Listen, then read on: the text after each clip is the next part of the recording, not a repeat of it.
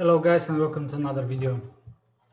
So I deleted my last video because this signal that I told you about US dollar Japanese yen actually is not so strong. I saw it, so I spotted something else, but because I deleted my video very fast, I want to just to recap what I said. So basically on Thursday and Friday we saw a very big crash on the US stock market, the nasdaq index, and also the S&P collapsed.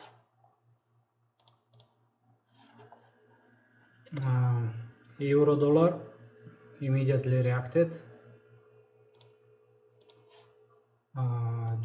Pound dollar also reacted really fast.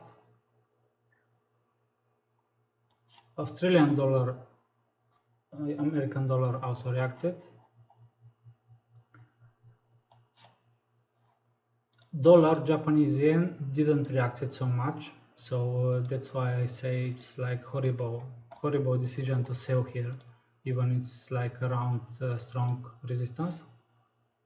But what I spotted after this is the Canadian US dollar, Canadian dollar actually didn't react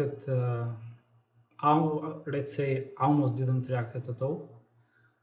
So it's a very good buy here, I can say. We can put stop loss here or here, whatever.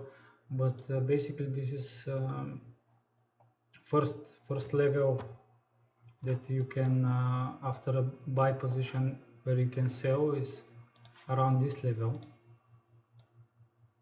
And in long term, I expect even the price to go even more because the petroleum price is still rising, and like Canadian dollar doesn't move much. So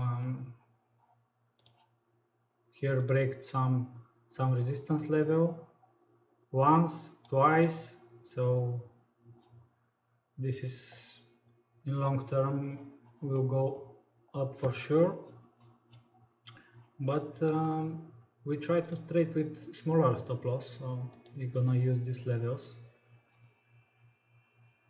and we will see what is going to happen.